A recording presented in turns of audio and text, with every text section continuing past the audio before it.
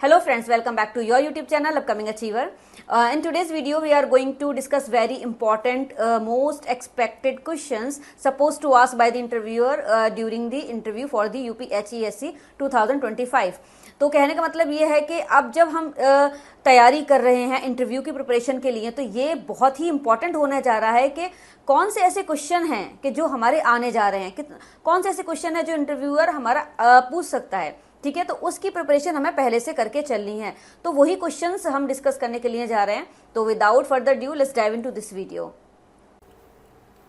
तो इसका आप रिप्लाई कुछ इस तरह से कर सकते हैं। देखिए, मैं आपको एक अंदाजे से बता रही हूँ, आपको आप अपने हिसाब से मॉडिफाई कर सकते हैं। हो सकता है आप इससे भी अच्छा मॉडिफाई करके बोल पाएँ वहाँ पर। ये एक काइंड ऑफ सैम्पल है आपके लिए। ठीक है, तो आप इस तरह से रिप्लाई कर सकते हैं। I believe you should hire me as an assistant professor because I am someone who has immense passion for my subject and can use creative method of teaching that are designed to maintain optimum attention level within the class। ठीक है, ये मैंने बनाया है। मैं जब तैयारी किया करती थी, अब तो मैं प्रोफेसर हूँ नोएडा इंटरनेशनल यूनिवर्सिटी में। ठीक है, तो जब मैं पहले तैयारी किया करती थी तो इसी तरह से मैं इसको मतलब प्रिपेयर किया करती थी और मिरर के सामने या फिर अकेले में इसकी प्रैक्टिस किया करती थी। क्योंकि कभी कभी ऐसा होता है ना, सारी चीज़ें मालूम होते हुए भी हम उस टाइम पर बोल नहीं पाते, तो थोड़ा सा प्रैक्टिस करना सही रहता है। उसके अलावा आप ये भी ऐड कर सकते हैं, I am also someone who ties in their teaching with educational responsibilities of the university and college I am working for। कहने का मतलब ये है कि मेरे अंदर ये सारी कैपेबिलिटीज़ हैं कि मैं पैशन है मेरे सब्जेक्ट के लिए, क्रिएटिव मेथड ऑफ टीचिंग में यूज़ कर सकती हूँ या कर सकता हूँ। ठीक है, ताकि मैं अपनी क्लास में स्टूडेंट का अटेंशन मेंटेन कर सकूँ। और इसके साथ साथ मैं टीचिंग के साथ साथ जो एजुकेशनल रिस्पॉन्सिबिलिटीज़ हैं यूनिवर्सिटीज़ की या कॉलेज की, जो भी मैं जहाँ भी मैं काम कर रहा हूँ, तो उसको भी मैं अच्छे से परफॉर्म कर सकता हूँ। देखो, आप इसको मॉडिफाई भी कर सकते हैं, जिस तरीके से आप चाहें उसको मॉडिफाई करके अपना खुद से तैयार किए अपने क्वेश्चन को। ठीक है, ये काइंड ऑफ सैम्पल है। नेक्स्ट स्लाइड की तरफ चलते हैं। I am highly organised. ठीक है, I am highly organised and able to plan my work and create lesson plans according to deliver consistently high standard of teaching। तो यहाँ कहने का क्या मतलब है, मैं हाईली ऑर्गेनाइज्ड हूँ, I can able to plan my work. मैं किस तरह से मुझे पढ़ाना है, पीपीटी के थ्रू पढ़ाना है, प्रोजेक्टर से पढ़ाना है, किस तरह से मुझे पढ़ाना है, इंटरैक्टिव पैनल से पढ़ाना है, पीडीएफ से पढ़ाना है, तो मैं उसको क्या कर सकता हूँ, प्लान कर सकता हूँ, लेसन प्लान बना सकता हूँ या बना सकती हूँ। किस लिए, to deliver consistently high standard of teaching, यानी कि अच्छा एक कंटेंट डिलीवर करने के लिए, अच्छा लेक्चर देने के लिए। ठीक है, ताकि थोड़ा टीचिंग को इम्पैक्टफुल बनाया जाए।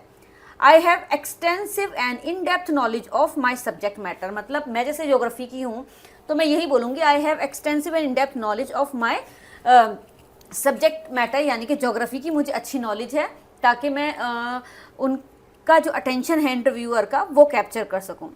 Which means my student get to learn above and beyond the minimum standard। तो यानी कि मैं स्टूडेंट को एक अच्छा कंटेंट प्रोवाइड कर सकता हूँ या कर सकती हूँ ताकि उनके अच्छे से समझ में आ जाए।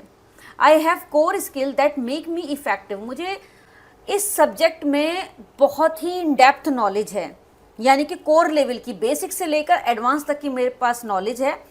यानी कि मेरे पास बेसिक से लेके एडवांस स्किल है, कोर नॉलेज है रिलेटेड टू माय सब्जेक्ट, जो मुझे मेरी टीचिंग को क्या बनाती है, इफेक्टिव बनाती है। These include an ability to work well with a diverse range of people both in terms of student I am teaching and also the staff who make up the university और college administration and lecturing team. मतलब मेरे अंदर वो ability है कि मैं बहुत सारे, जैसे मान लीजिए कि फैकल्टी होते हैं, बहुत सारे लोग मिलकर काम करते हैं, तो वो अलग अलग लोकेशन से लोग आते हैं, अलग अलग माइंडसेट होता है, तो मैं सबके साथ कोलैबोरेटिव वे में काम कर सकता हूँ या कर सकती हूँ। और इवन दो मैं स्टूडेंट के लेवल से भी हैंडल कर सकती हूँ या कर सकता हूँ, और मैं जो हमारे पीयर्स होते हैं, जो हमारे फैकल्टी मेंबर्स होते हैं, उनके साथ भी। यानी कि यही एक एडमिनिस्ट्रेटिव कंस्ट्रक्शन करते हैं हमारी यूनिवर्सिटी और कॉलेज का। ठीक है, तो ये सारी चीज़ें यहाँ पर क्लियर हो गई। I have mastery to teach student online and offline, यानी कि हाइब्रिड मोड में भी मैं पढ़ा सकती हूँ या पढ़ा सकता हूँ। कहने का मतलब ये हो गया, उनको अपनी स्किल बतानी है कि नहीं, मुझे अगर ऑनलाइन भी पढ़ाना पड़ेगा तो मुझे कोई दिक्कत नहीं, मैं जूम से पढ़ा दूँगी। है ना। तो मैं किसी भी तरह से पढ़ा सकता हूँ, I am very much comfortable for this. क्योंकि जब मैं चंडीगढ़ यूनिवर्सिटी में थी तो उस टाइम पर क्या था कि हाइब्रिड मोड में था, यानी कि हमको सामने भी क्लास में पढ़ाना है और ऑनलाइन भी हमारी क्लासेस चल रही हैं, तो हाइब्रिड मोड में चलता था। तो आपको ये सारी चीज़ें बतानी होंगी। तो आई होप गाइज ये आपको दोनों स्लाइड क्लियर हो गई होंगी। तो ये पहला क्वेश्चन रहा, why we should hire you as an assistant professor in our university. ठीक है, तो इस तरह से आप क्या कर सकते हैं, ड्राफ्ट कर सकते हैं अपने आंसर को अपने हिसाब से। और फिर भी still you have any confusion तो please let me know in the comment section, I will surely reply. कि आपको किसी को भी दिक्कत हो रही है तो मैं उसको पूरी कोशिश करूँगी उसका रिप्लाई करने के लिए। आई होप गाइज आपको ये क्वेश्चन पसंद आया होगा, समझ में भी आ गया होगा। आप एक काम कर सकते हैं कि आप इसका स्क्रीनशॉट लेके रख सकते हैं और अपने हिसाब से इसको मॉडिफाई कर सकते हैं, क्योंकि हर इंसान का ड्राफ्ट करने का तरीका अलग होता है और डिस्क्राइब करने का भी तरीका अलग होता है। तो आप कोशिश करके इसको मॉडिफाई कर लें, लेकिन इसको रट लें ताकि इंटरव्यू के टाइम पर कोई भी आपको परेशानी ना हो बताने में। I hope you liked my video. Please don't forget to hit bell icon button and subscribe my channel. Till then, take care. Bye bye.